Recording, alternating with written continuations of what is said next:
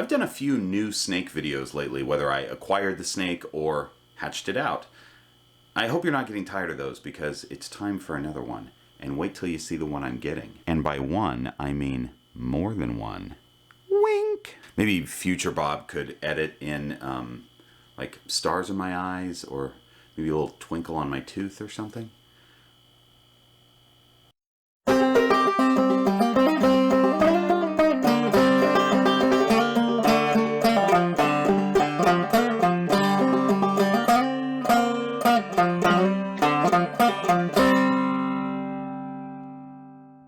Welcome to the Green Room. I'm Bob Bledsoe. It's first thing in the morning.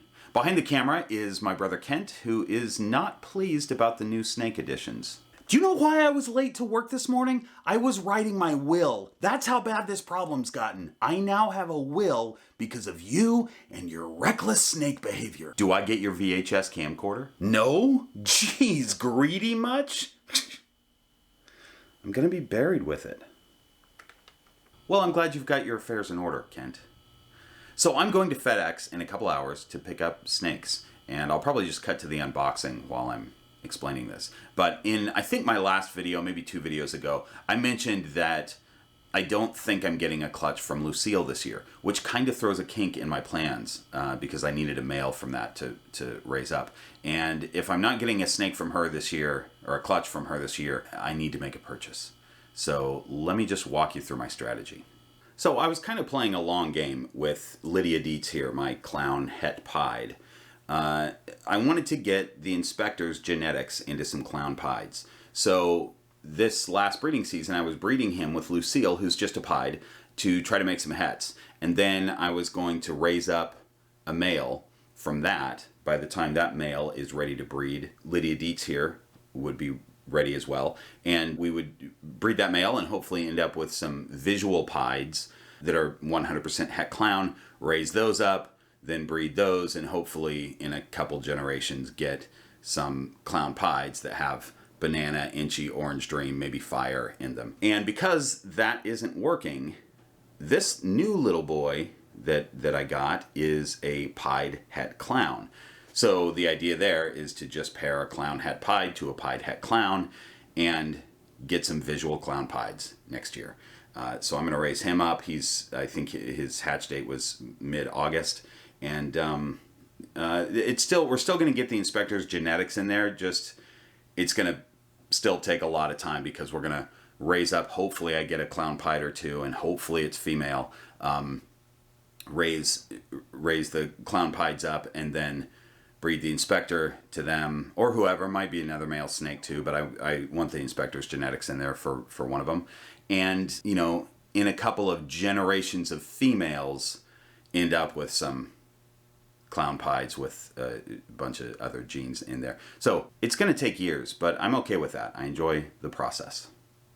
Hi, Lydia Dietz. Are you crawling up on my shoulder, checking things out? The other cool thing about a clown het pied to a pied het clown is that there's no guesswork on the hets. You know, if it doesn't come out visual clown pied, it's going to be 100% het clown or 100% het pied. There's no 50% or 66% guessing. So I kind of like that aspect.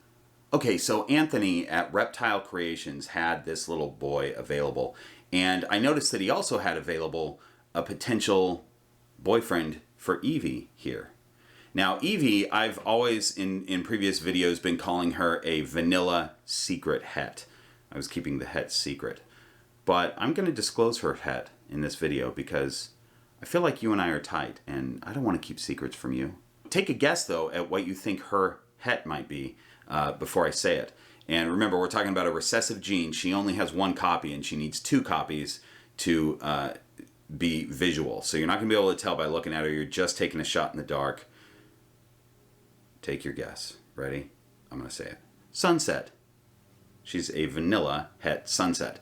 So, with that being said, I knew that when she was about a year away from breeding, and she's maybe a year, maybe a little bit more than a year, but I knew that I needed to pick up a male for her that was either a visual sunset with probably no other genes involved, just a plain visual sunset, or maybe a het sunset that's got some other genes.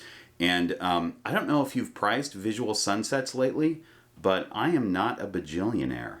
So the idea was that I either pony up the money for that visual sunset and have a higher chance of producing sunsets in that clutch, but then also have no chance of other genes. I mean, we've got vanilla here with Eevee, so we could produce vanilla sunsets, which are awesome, by the way. So what I got from Anthony is a cinnamon, which is a really cool gene. That's his phenotype. He's cinnamon, 100% het sunset, 100% het clown.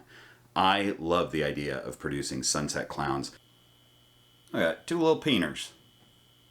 I'm not a veterinarian. Why do I have to say hemipenes? You know? 2 snakes, 4 peeners. Miguel at Always Evolving Pythons just produced a sunset clown a week or so ago, and it looks incredible. So I want to do that. And also potentially having vanilla and cinnamon in the mix. 2 staples for any snake rack or spice cabinet. There are a number of viewers who are going to be really disappointed if we don't cut to a Kent's Corner. So let's do that now. Hi, and welcome to Kent's Corner, everybody's favorite thing. And now, a reading of my will.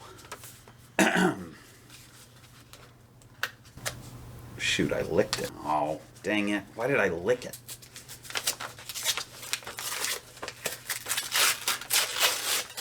Shoot, that's ruined. Dang it.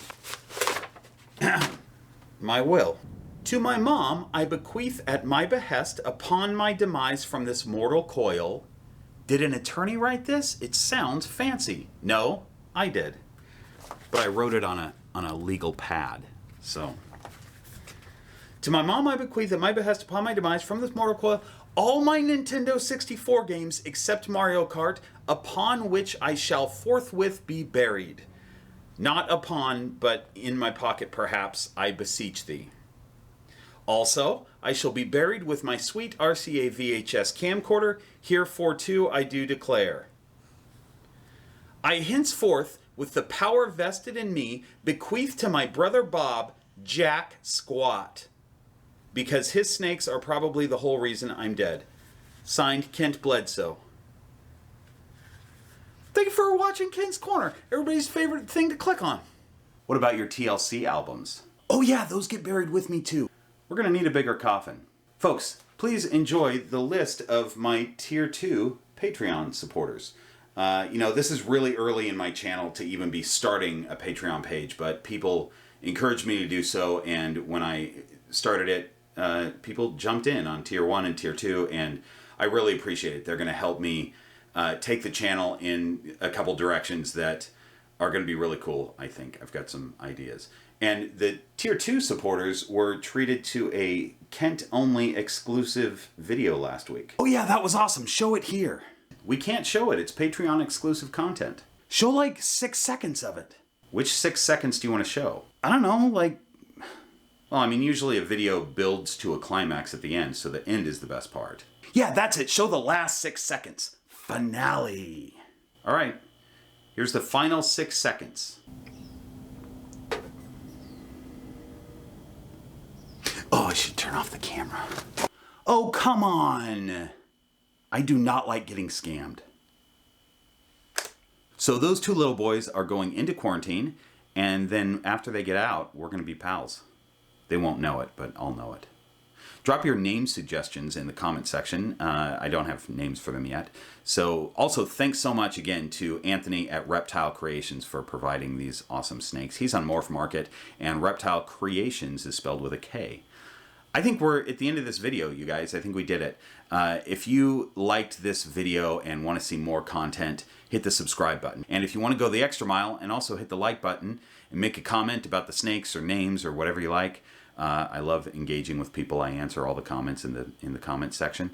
And I think that's it, you guys. Thanks for watching.